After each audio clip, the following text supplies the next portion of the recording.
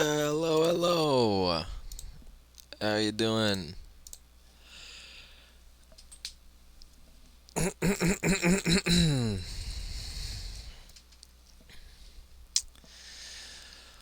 All right. Hey guys, I am the Fat Legend, and today we're going to be ranking some titles from the Xbox Game Pass. I've been playing games for as long as I can remember.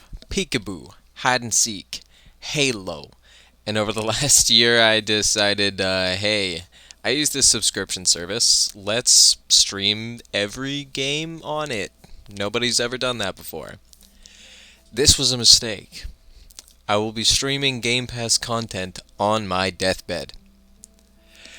With all that out of the way, and without further ado, let's get into the video.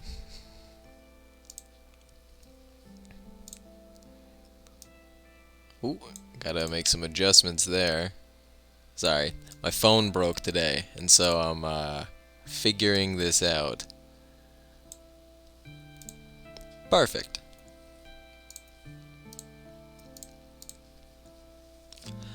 Alright. So, starting up, the top row here, got Exquisite. These are the games that, I mean, like, you wouldn't change. These are things that make you happy. Genuinely. I feel like enough said there. And we got So Good, mwah, delicious. A good game, you could fix it, but like that's a solid. A, I feel like that goes without saying. It's good. B, fucking middle of the pack. A game. One of the games ever. Then we got C for we kind of out of the crappier. Doo, self-explanatory, and whoa. And yeah, that's just that's the nature of some games. All right. Let's get it started. So, first off, we have Gundam SD Battle Alliance. Now, honestly, I didn't have high expectations going into this. It's not exactly my favorite art style. They're these little fellas, they're all chibi, it's a mecha game, and they're kind of fools, but I'm gonna be honest, genuinely surprised me. There's like a million guys you can be, you're running around in all sorts of different eras, and like all the different suits feel different, fast-paced, honestly a good game. I don't know if it belongs in So Good, I don't know about that. So I'm going to give it an A. It's pretty good. Alright, next. We have 7 Days to Die. Which, I'm going to be honest, the first way that I feel like I'm going to die when I play this game is fucking boredom. I'm sorry. Some people really like this kind of content. They really enjoy the base builder, the zombie... they're coming. It takes more and more every time. It's something that doesn't appeal to me. Not in the slightest. The resource gathering, the UI, the whole general jank of the art style. I recognize that some people enjoy it though, but for me, that's doo-doo. That's shit. Speak of the devil, fucking also shit. Actually. Assassin's Creed Odyssey is kind of an oddball, you see. Because whereas its gameplay is not awesome and it's way too big, Alexios is really, really funny. He's really funny to listen to. Ah, Malaka! Oh, Kiri, what's going on here? Like, no one fucking talks like that. Nobody else in the game even talks like that. He sounds like he's like a poorly trained secret agent at a pizza parlor trying to infiltrate. It's just ridiculous. So for just pure Alexios love, I'm gonna send that to C tier. Mwah. Next, I mean, come on. I mean, come on. It's Age of Empires 2.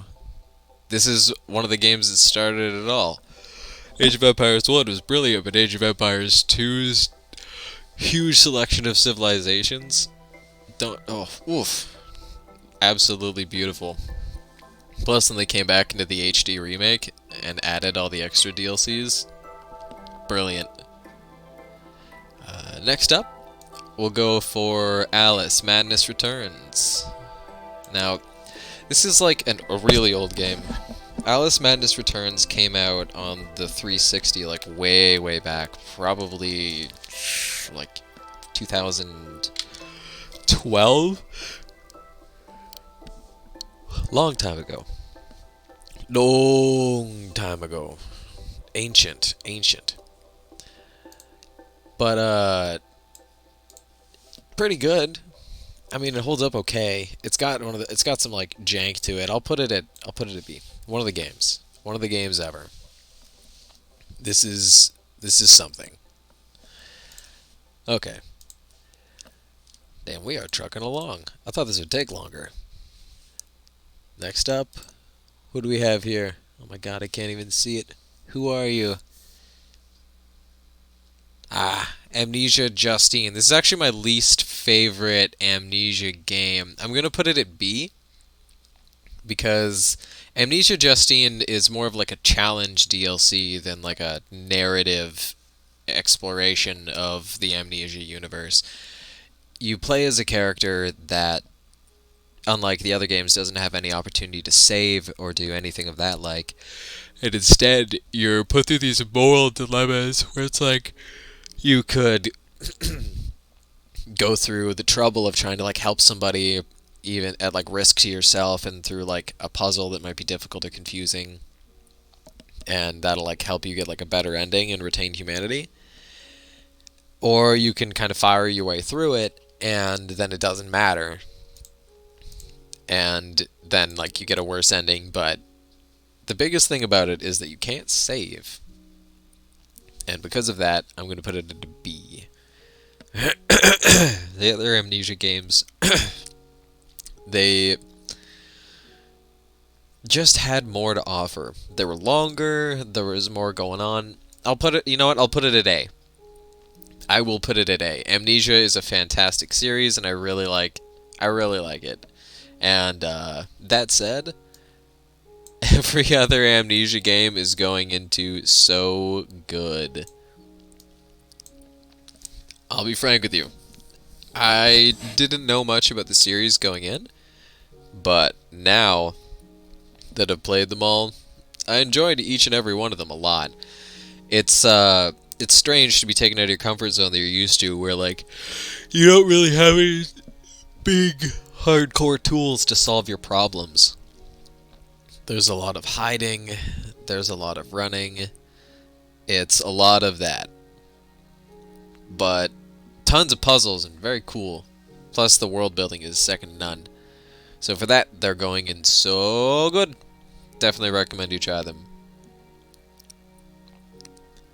Fucking Among Us, exquisite. Game loop is gaslighting your friends.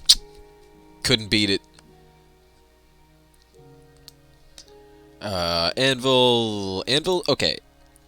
Anvil is a top-down shooter that is still in game preview. It involves all of these different, like, heroes. Think Warframe, but top-down. Less microtransactions. Much more arcadey. Not much like Warframe aside from the characters. You fight like hordes of enemies. It's sick. It's dope. It feels good, and it's a lot of fun. I'm gonna put it at A. I'm gonna put it at A. Fuck it. Who cares? Who's gonna stop me? Next we have Ark. Ark is a beautiful game, full of dinosaurs and customization. The only gripe I have with Ark, and the reason why I will put it at B instead of A, is because you benefit from having a larger amount of people to play with. And so if you don't have the money to play with, you can end up having slow progress, you know, really having to like dumb down the difficulty just so that you can play the game. Or if you're playing on just an average difficulty, then your progress is extremely slow and you have to be very careful, and it's quite easy to lose all of your stuff, you know, all of your little dinos and things like that. So I will put it at B, simply because it benefits from having a large amount of people to play with, and not everybody does. Ba ba ba ba ba ba. Atomic Heart, one of the games ever. Actually, some of the dialogue was cringe, so I'm gonna put it at C. You're this Russian guy. You run around, you fight robots. You know, post minor apocalypse. It's not even an apocalypse. It's just a post like event that happened in the place where the event's perpetrators were created. Like it just happens there. Starfield, also one of the games ever, but I really like the piracy game loop. This is a newer one from Bethesda, if you don't know, where you are an explorer in space. It's pretty decent, you know. I'd recommend it to people that like Bethesda games already, but I don't know. Get Game Pass, don't buy the game. Okay. Okay. Now we're talking. Cities Skylines. Oof, that's a hard. Dog, please figure out the chord. My dog's in my lap and he keeps choking himself. That's going in so good. There are some things about it that I dislike. You know, just like minor traffic customization things that you need DLCs to be able to do. So it goes in so good instead of exquisite. But what a time! What a time! After that, Doom Eternal. I'm gonna put this in A. This is honestly a pretty good game. This is a pretty nice shooter. I had a pretty I had, actually we're gonna put it up into so good for the soundtrack. It has dynamic controls. It's a really good time. Oh, why is 7 days so low? Oh, I don't like the gameplay loop, my friend. Who's gonna stop me from putting it in doo doo? Also, it looks really really ugly. No, thank you. Spit that out. Alright, so Doom Eternal goes into so good. Great controls, cool weapons. Your enemies have weak points you get to take down with different weapons, and it rewards you for playing in a dynamic way. Great soundtrack, too. Doom Eternal, so good. Next, I'll do the normal Doom. I'm going to put this into A. Doom Eternal capitalized on a lot of the things that made Doom good. It's got the fast pace, running around, yada yada. But Doom didn't have the first one didn't have enemies with weak points. The weapons you're using just kind of felt like different, you know, tools you could use to deal damage rather than things you would swap between to handle different enemies and weaken them so that you could, you know, do the executions and get health and armor, yada yada, like you did in Doom Eternal. So, justice for 7 days. 7 days is going to. If this garners unfollows and makes me sad, it goes into woe. You know that you're doing that. That's just the natural phenomenon. If it causes me even more mental problems than it already did, woe it is. Alright, next up. Next up. You goobers. Is Warhammer Darktide. A game I've been playing recently. With friends and alone. Online and offline stream, honestly. And it's good. It's honestly a really good game. Vermintide, the games I couldn't put the Vermintides higher than A just because like great gameplay loop but nothing else there. But Darktide has cool customization, it has good lore. They went through the effort of making all the voice lines for the different missions be recorded in different ways and by different characters so that it doesn't feel like you're running the same mission even if you are running the same mission. Oh, so good. You've got greater customization through your talent points. There's more weapons. There's different cosmetics throughout the wazoo. You can double up, quadruple up if you want to on classes. Dark Tide, so good. You know I like you too much, John Fatlelegend. Good. I like you too much to see you go. XO1. Alright. This feels like more like a tactical demo than even like a game. I played through it and I was blasted on marijuana. Stoned to the gourd. And I barely had fun. I hate to say it, but I think XO1 is doo-doo. I think that it is actually, this is doo-doo. We are not interacting with a good game when we play XO1. Okay, complete fucking opposite. Hold on. Hold on.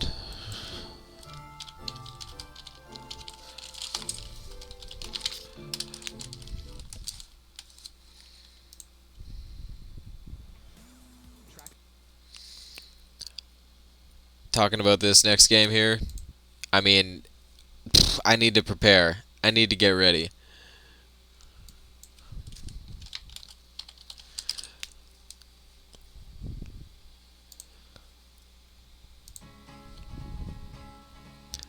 Beautiful. Exquisite!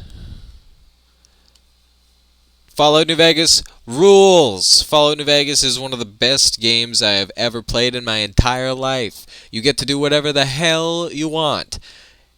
Whatever you want. You kill a quest guy, congratulations, you can't run that quest anymore. He didn't fall down onto his knees and then get back up like other Bethesda titles in the Fallout series. No, he's dead now. They are dead now. You killed them. You didn't save? Well, that sucks. Great game. Fantastic game. I still find out new things about it when I run in. It's so good. Plus, you have you get to listen to Marty Robbins' Big Iron all the time, and that's just sick. Plus, when it's like echoing off of the walls in a vault dynamically, and you're hunting down little psychos with your love and hate. You have 80 unarmed, and you're almost there to 100. Oh God, what a game! What an adventure! What a formative experience for me. Fallout New Vegas, exquisite. Next, Fortnite, one of the games. This is a game that people play sometimes. And when they do it, that's what's happening. There you go. I guess it's kind of cool they added custom lobbies. I won't lie, that's probably the only reason it's still on my Xbox. Because every once in a while I can it'll be like 3 in the morning and I'm playing Always Up or something. Pretty good. Next. Fuga, Melodies of Steel. Now this is an interesting title for me to review. Because it's this, from the side game where you manage a bunch of, furry kids in a war, and they're in a big tank, and they got all these different abilities, and it's rather dynamic, and you do have some fun doing the organization and stuff, but it's, meh.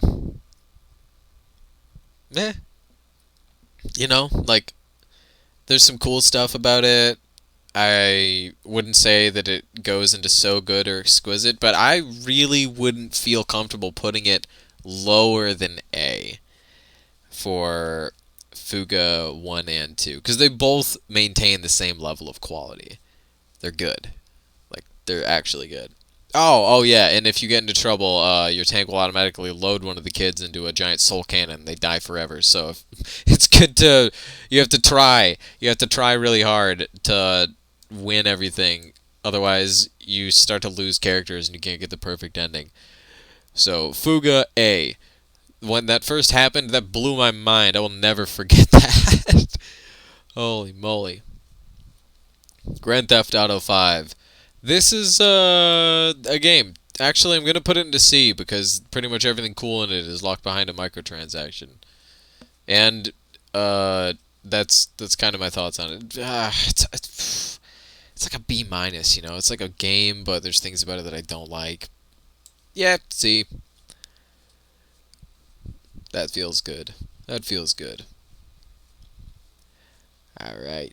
Next up, let's keep with the theme. Let's keep with the theme of social games. Sea of Thieves. I wish so much that I liked Sea of Thieves. I feel like there's something here, you know? Like, they had the bones for it. They could have made a game that was really cool. But unfortunately, the only thing you get to do with your money, which is the entire purpose of the game, of like the gameplay loop, is to you can only spend it on cosmetics that don't do anything.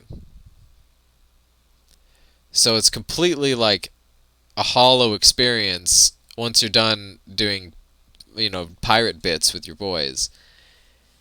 And so for that, I'm honestly gonna put Sea of Thieves in doo-doo.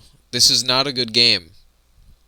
This is a game that needs to be expanded in a few ways. I think that they had a great idea, but they essentially made the great idea and then were like, well, now what? And they haven't gone anywhere with it. So for now, doo doo. Maybe they'll eventually create a situation where you can buy bigger and better ships, change things about the one you have, put parts in that actually do things, weapons or, even temporary armor, things like that. I don't know, but I feel like there's just a lot that needs to happen for this game to feel like a dynamic experience that is worth playing. So, Sea of Thieves goes down here because I made my character look the way I wanted him in like 2018, and he hasn't changed since then. Therefore, I don't need to play the game anymore. All right. Just hating. What's another game that I don't like very much? Oh man, I've been playing games that mostly I just like. We're the next tier legend, the next legend tier that we do, legend tier list that we do, is probably gonna be a huge slurry of just absolutely crappy games. Thinking I'm gonna open up the voting on the like games that don't take as long to play, and I'll start gaming those. We'll see how it goes. All right, next up, let's get back to the tier list. Injustice 2. This is a Mortal Kombat like reskin with superhero characters. It's all right. Really, I don't know what to say about it. It's all right. If you like Mortal Kombat, you like Injustice, probably. If you like DC, you may as well check out Injustice because it's an exploration of the Injustice timeline, which is cool. To where Superman, like his girlfriend dies, and he becomes an edgelord, and he's like, "I gotta be super fascist," and then takes over the world and rules it like an emperor, and pretty hardcore. But it's a cool timeline to explore, and I think that that's probably the only saving grace that the game has to keep me interested. Because fighting games are fighting games are fighting games, and if they're stealing their aesthetic from another game, then there's nothing there for me. Moving on. Let's go to Insurgency Sandstorm.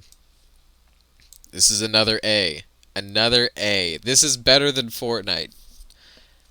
Definitely better than Fortnite. This is a tactical shooter, and it feels good to play, man. It feels good to play. It's got great graphics. There's a bunch of cool maps. You can do co-op and versus modes, and there's quite a few different ones of each. Tons of different weapons and great customization. Really, really good customization. Tiny time to kills, like 1 to 2 shots depending on calibers. Sometimes like 3 if it's like a pistol, but maybe not depending on how close they are. Insurgency Sandstorm is a fun time that keeps you on edge, and I've always enjoyed it. So, A tier, definitely above Fortnite. Leash. Next up, another absolute legend. We have Moonlighter. This slaps. This game slaps. I absolutely love Moonlighter. It's a game where you explore dungeons during the night, and during the day run a shop where you sell items from those dungeons that you've been exploring and make money. The cool thing about it is that you control your own prices, and there's a dynamic economy that changes with the amount of stuff you've been selling, who your clientele is, and just what you have available. It's really, really cool. It's very rewarding to get like the perfect price and to be making like exactly the amount of money that you can, to go into dungeons and come out knowing that you have all the valuables that you, like only the valuables, and you're going to be making huge stacks. Moonlighter for me is so good. So good. Great game. I wish it was longer. I really do. It has New Game Plus, but, I just wish it was longer. Mortal Shell. Why not Mortal Shell? This is a game that it's a Souls-like where their cool mechanic is where you kind of like freeze up. You can stop yourself in the middle of animations. You can just freeze yourself anytime, and you become like sturdy. You become hard and pause. You become invulnerable to damage. Don't quote me on that shit. Getting sturdy out here in Mortal Shell, fuck's sake. Anyway, so the mechanic is cool. I think it works pretty well. Uh, it feels pretty good. It doesn't have the coolest world or boss fights. I'm putting it at a B. Neat game. B. Peggle 2! Fuck yeah! Instantly exquisite. If you don't love Peggle 2, I don't wanna... I don't even understand you. Peggle 2 is a classic from the 360 days that absolutely still knocks my sock off today. It has everything that you could possibly need. Tons of characters, lots of levels, different ways to play the game. Beautiful. And the satisfying sounds of the like ping ping ping, the ball bouncing around. Oh, can't get enough. Especially when you get those like big fat long shots and it gives you the slow-mo and the like ba ba ba ba ba ba ba ba ba ba ba ba ba ba ba. My god. Peggle 2, exquisite. A game for gentlemen and kings. Potion Craft is next. And this is an interesting one. Also a puzzle game, I would say, where you spend your time discovering ways to craft different potions using something called an alchemy map, where like the different like ingredients you grind up and how much you grind them up will like affect where this little like cursor goes on the alchemy map, and you guide it using ingredients to different effects. And there's ways to like the potion can fail because of like scary areas, and all the different ingredients take different paths. Like some will be like woo woo, and so you'll grind it like halfway so it goes up here, and then you like add a different ingredient so it goes here, and then you add a different ingredient so it goes here. Oh, great game. So good. So good. Really, really cool. Honestly, I love the idea, and it is genuinely fun. It's genuinely a really fun time to play Potion Craft. Afterwards, I'm gonna stick it on puzzles for a moment, and we'll go to Superliminal. Really cool concept. Really, really, really, really cool concept where your perception is the key to all of the different puzzles. So like you'll like pick something up and then like hold it above you and drop it, and then it's like falling from above you, and it's the size of like the ceiling that you are blocking out with the bottom of it. Very, very, very cool concept. I like Superliminal a lot. I wouldn't say that it deserves to be above A though. It's certainly not exquisite. Certainly not exquisite. There's not enough going on. But a really great puzzle game, and I'd recommend it to anybody that enjoys that kind of thing. Next up, ooh, Soma. This is going to go into. This is probably going to go into A for me. It's it's from the developers of Amnesia, and it's pretty cool. It's pretty cool. I wouldn't say that it deserves to be so good. I think that it's close. It's an enjoyable experience, but it didn't terrify me the way that the Amnesia games did. The Amnesia games unsettle you, man. Like you're walking around grinding your teeth and you can hear it. Like your vision is getting like screwed up because of you're going like crazier and crazier over time. It's spooky. Soma had a lot of the same like level design kind of feelings that would put you into unease, or you had to go like long distances in the dark, or you knew there was enemies to get things and stuff like that. A lot of stealth, but it didn't have those extra, I will say, like third dimensional elements that really made Amnesia just unsettling to play. I'm gonna keep it in the horror vein, and gonna go to Alien Isolation, which is also a great game, a great game.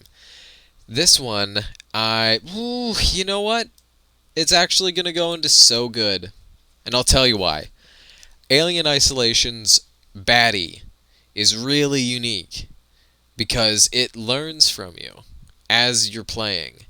So like the stuff you do to distract it gets less and less effective over time. Like let's say you throw a wrench, like you throw an item and it goes to check it out and there's nothing there. You throw an item next time, it might check it out, it might not. It goes to check it out after like a pause. There's nothing there. Third time, it won't even bite. Go to the next level, throw an item, won't bite. Like, that's bad. That's fucking terrifying. That's really bad. And it genuinely disturbed me a lot of the times because I'd be in a situation where I was like, I don't know how to get out of this.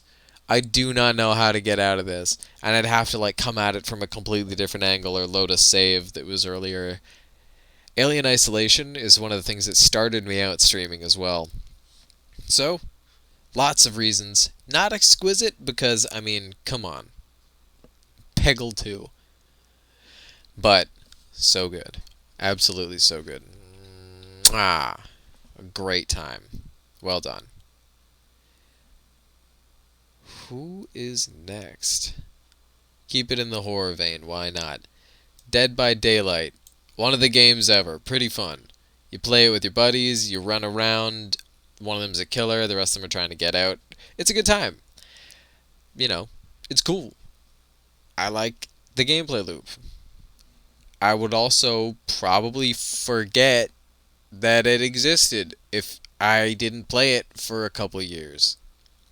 So it's going into B. This is one of the games ever.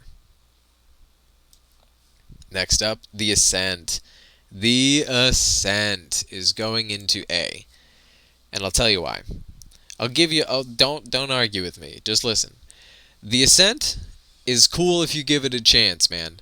It's got great world building, it's got cool talents, it's got great weapons, and the developers didn't put enough elbow grease into it to really balance everything out, and so you can have super broken builds where you have like a reload speed that's like 0.1 second, you're shooting faster than God ever intended. You can like roll over half the map. It's great. It's great. I love The Ascent. It's a it's a nice, neat cyberpunk adventure. I would recommend it to honestly anybody that likes shooters or top downs. Same thing with Anvil. Like these are both games that if you like arcadey shooters, you should get.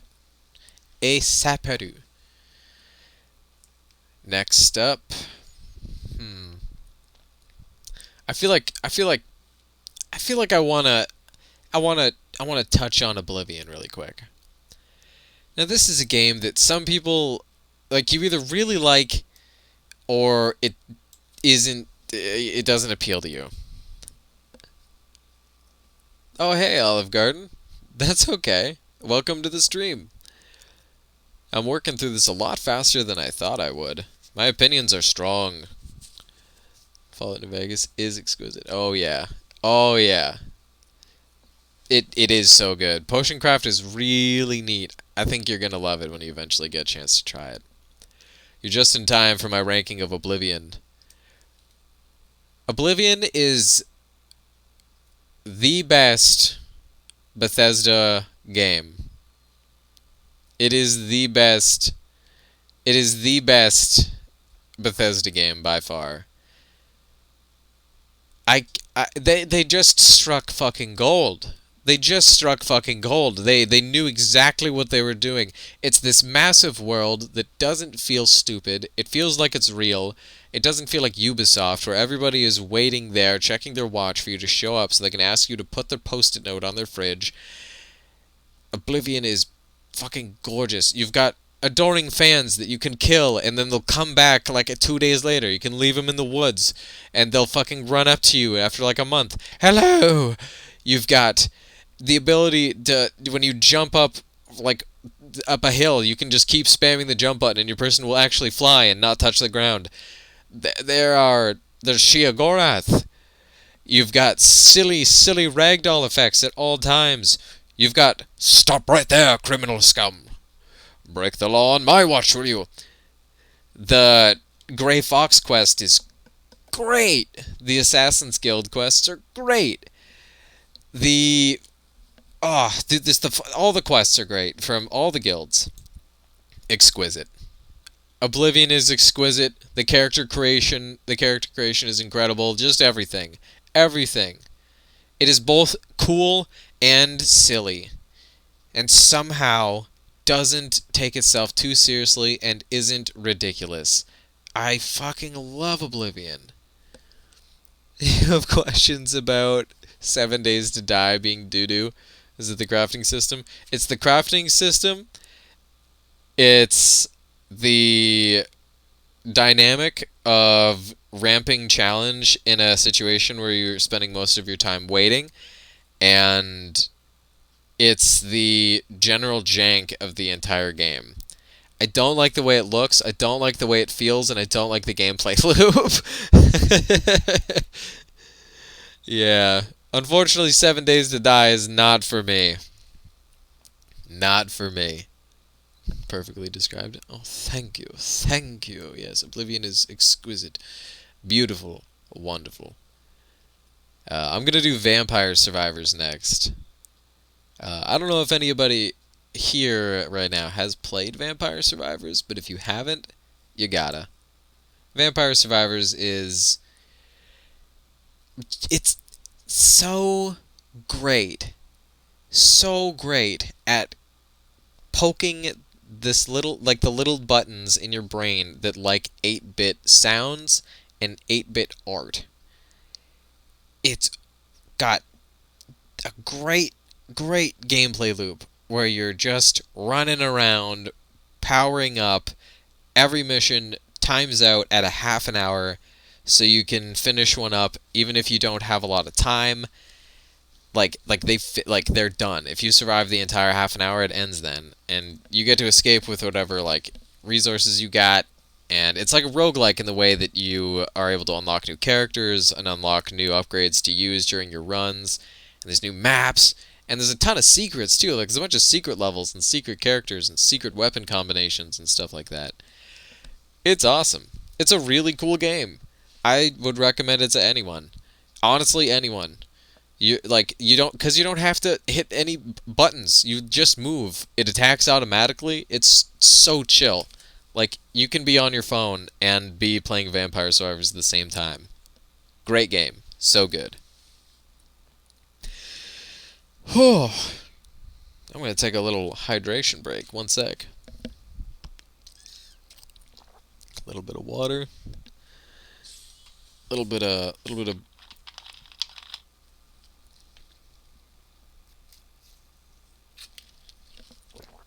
little bit of that. Perfect.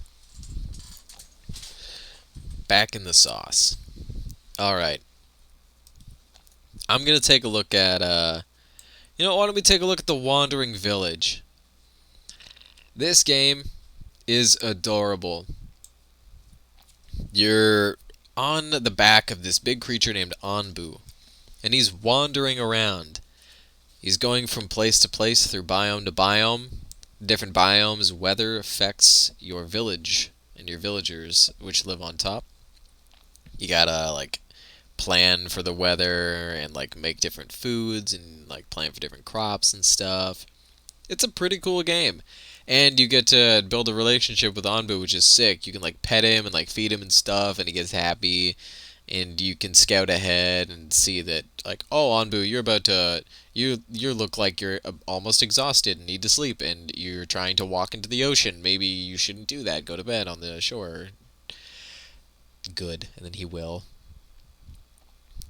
But there's also the times that Anbu doesn't listen, and then he goes into the ocean and he's exhausted and he starts to die, and you're like, ah! And then he finds an island. But oh no, the island is covered in toxic spores and radiation. But he goes there and he goes to sleep for 2 days, and your population starts to die. So there's also those moments where you're like, ah! And you just want to kill him. But all in all, great game, very adorable. I'm putting it into A just because of the way that it's still in a game. It's still a game preview. There's not a lot to it yet, and I'm excited to see where it goes. But as is, I couldn't recommend it any further than A because of the content. Next up, Wolong Fallen Dynasty. I'm I'm tempted to put this into A as well. I feel like this is a really positive tier list because I enjoyed and picked games that I would enjoy for the beginning of the Game Pass, and I'm starting to run out of them. But I think this goes into A. It's pretty good. It's pretty good. There are things about it that the general gameplay loop is pretty cool. It's a Souls-like, very very similar. Wink wink nudge nudge. I'm not a Souls-like, but it is. And it's set in the Yellow Turban Revolution, Three Kingdoms time frame for China in real history. But they just animate it up, and it's really silly and really over the top story wise. If you're trying to take it seriously, I don't think you're gonna have a good time. But if you just laugh at it, it's pretty good. There's some good boss fights. I like the deflect mechanic. It goes into A. This is a game I liked. I liked it. I liked it. This is pretty good. A lot of people didn't like it. I liked it.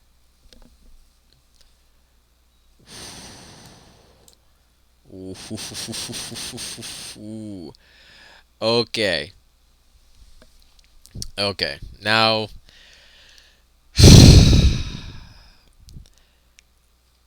here, I don't know if everybody is going to agree with me on these opinions, but Mass Effect and the Mass Effect Legendary Collection are some of my favorite games of all time. Of all time. Mass Effect 1 delivers you into the boots of Commander Shepard and feeds you a really cool story. I'm trying to find the words, man.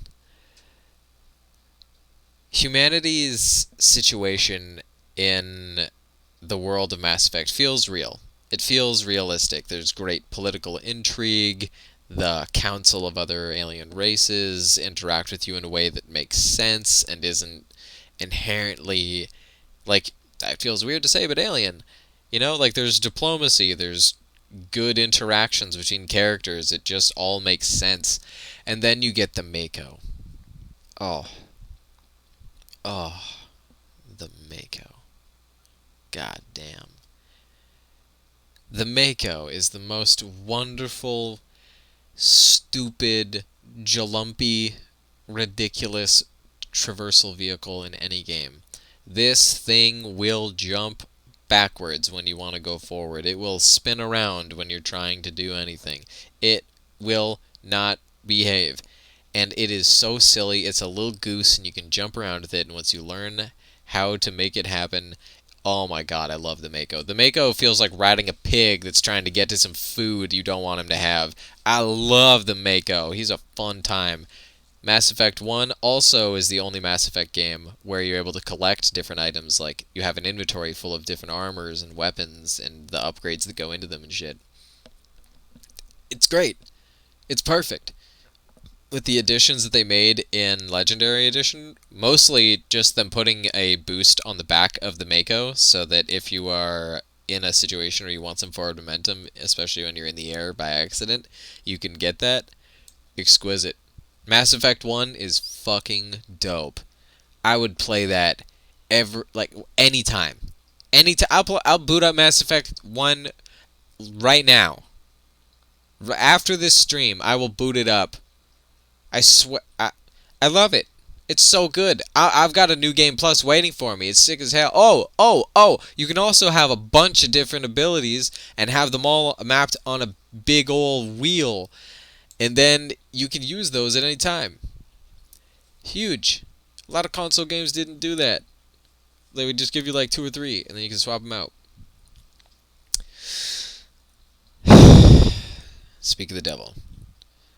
Mass Effect 2 took a lot of things out that I liked about Mass Effect 1. They streamlined the armor system into unique pieces of gear that you picked up at unique vendors at unique times in the game that all did different stuff uniquely. That was just you built a set of armor out of components instead of having armor sets that you chose and equipped and then put upgrades into. They also did the same thing for the weapons, so there was nowhere near as many, and a lot of them were locked behind microtransactions originally. That sucked. They also added ammunition for some reason, where your weapons don't just overheat and then cool down. Now they have ammunition, and you can run out, which wasn't the case in the first one. You had infinite ammo with all guns, which is just fun. Don't make me go find ammo. I don't want to. So Mass Effect 2 goes into B. This is a game that is pretty good, but does not make a lot out of the stakes of Mass Effect 1, where it's like, okay, I'm Commander fucking Shepard. Only I know that the Reapers are coming. Nobody will believe me. I gotta fucking prove this to the universe, and I gotta set us up so that we can survive this galactic apocalypse that is on the way. That's cool. Mass Effect 2 is like, I'm doing paperwork for the KKK because they did me a big solid.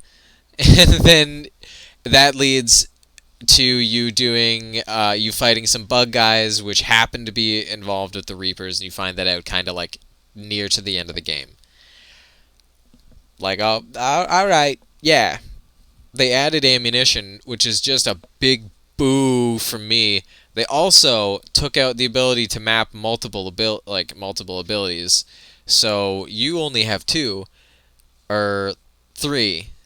And your followers only have 1, which sucks. They used to have as many as you did, and you would just have a wheel open. You'd be like, bap, bap, bap, bap, bap, bap, bap. Just, you could have a bunch of effective ability users instead of just needing to have guys with guns that were tough, which became what was the best play to do in Mass Effect 2. So, because of those reasons, it goes into B. It's the worst Mass Effect. You've got to get through it to get to the other ones. I like it, but Mass Effect 1 is my favorite by far. Mwah, mwah, beautiful. Moving on. Mass Effect 3. This game does a really good job of culminating the series. There are some things about it that I don't like, including that it keeps ammunition, but The story is great. The voice acting is all fantastic. Everything feels real. Like the stakes that you've built up over the course of the other two games, all your decisions now coming to a head, it's huge. It feels important. They added in greater weapon customization and made it much more accessible for you to get these unique pieces of gear. They kept that system from the second game, but they kind of expanded it by just adding a lot more stuff, a lot more items, a lot more upgrades, just more customization options. And I like that. I think that that is fine. Mass Effect 1 had one way of doing it, this has another way of doing it. Mass Effect 2 just kind of didn't go far enough, but 3, with all of the additional choices and the, like, you aren't pigeonholed into just one weapon type, it's great. And I'm going to put it at exquisite because of the way that even on my last playthrough, I was still discovering new things. I found a new ending. It was the worst ending ever, but I did find it. Exquisite. The Mass Effect series is really good. As a total, I would put it in so good. Mass Effect 2 really drags it down, but yeah. Exquisite. Exquisite! Alright, we're coming to the end here. Got Monster Sanctuary. This is a really cool one. It's like a Pokemon game kind of thing. You are able to do a lot with your different Poke fellows, your monsters. The skill tree is really big, and the way that characters interact with each other is very, very important in the same way that it is in Pokemon. So it's a fun game. You are exploring this interesting world. The stakes are there. I don't think I ever felt too much like I cared, but it's pretty cool. I'm gonna put this at. I want to put it up into A, but it really doesn't deserve it. It's a game B. I'll go Death. We're gonna save Minecraft for last. Deathloop. This game's pretty cool. Uh, it's mostly about gathering information. You're a guy in like a Groundhog Day scenario where the day repeats over and over and over again. And you want to break that loop. However, unlike Groundhog Day, you know exactly why it's happening. There are these 7 visionaries, these people that are very important, that have created a system, a giant technological system, which relies on them being alive and then the machine being active as well. And if that's the case, at the end of a day, it like resets the day. So your job, your goal, is to kill all 7 of those visionaries and shut down the machine in one day. And so you have to find out ways to do that by gathering information, by manipulating circumstances to put people close to each other, etc., etc. It's cool. I like it. It does not belong in C, though. That's not where I'm leaving it. I'm putting it up into A. This is a cool game. I think people should play Deathloop. Play Deathloop, like even just once. It's fun. It's a cool experience going through the paradoxical like situation that you do, especially when you're shutting down the loop. I like it. Check it out. Redfall. Whoa.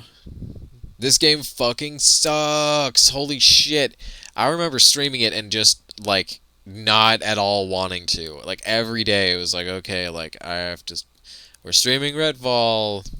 Wahoo! And it would be like to one viewer, just not a fun game to play, not a fun game to watch. Redfall, more like Red Fail. Holy crap. Whoa. And then. Oh boy. We have Minecraft. Minecraft. No game have I seen more impressive shit in that I care less about. Like, I've seen people make functioning computers in Minecraft. I've seen people make the coolest like real life portraits of like movie stills or like somebody like that giant project where people made the entirety of Middle Earth. That's so sick. All of that is so cool. I love watching Minecraft content. But I get into the world and I like dig a hole out of the ground and put a bed in it and it's like clean living, I'm good. I'm good. I'm gonna go on a walk now and pick berries. My homies are like strip mining and like, oh hell yeah, I have 75 iron. I'm like, damn, I have 12. But you want some pumpkin? Come look at this island I found. You know what I mean? Like, Minecraft is so fucking cool if you have the right situation going on. Like, the mods are really cool. The things you can make in it are really cool. The social situation can be really fun. But just for me, sitting down and playing Minecraft. Just playing Minecraft. B. I cannot rank it higher, and I want to rank it lower. You know what? C. Fuck it. B. I'll give it B. Minecraft is a B. This is a game that has no difference in the way that it is played. Ever. I love dynamism. In Minecraft, if I boot up Minecraft, I can tell you exactly how it's going to go. Boot up, load into world, find a tree, cut down the tree, make it into planks. Make the planks into a crafting table, put down the crafting table, cut down more tree. Get some basic tools, a wooden axe and a wooden pickaxe. Dig up cobblestone. Cut down more wood until the wood axe breaks. Cobblestone pickaxe, cobblestone axe. Go find iron, upgrade to iron. Go find diamond, upgrade to diamond. Nether. Go to the nether, grab a bunch of blaze rods, take blaze rods back, bring your XP, make healing potions, find like a bunch of ender eyes, which takes a long time. Go to ender, beat game. Like I don't need to even look at the world. I don't need to have a seed loaded in to play the entirety of Minecraft. There it is. That's the whole thing. That's all. That's the whole thing.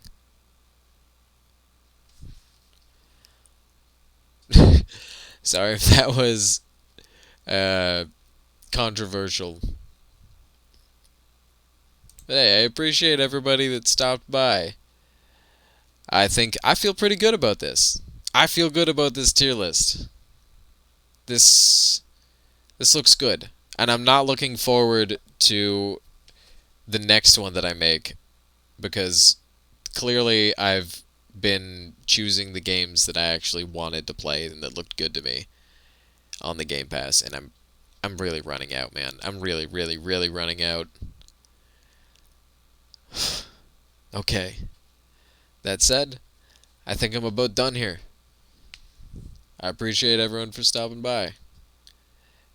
This is my official tier list, and I'll put it up on YouTube for you. Alright? Peace. Oh, love ya. Peace.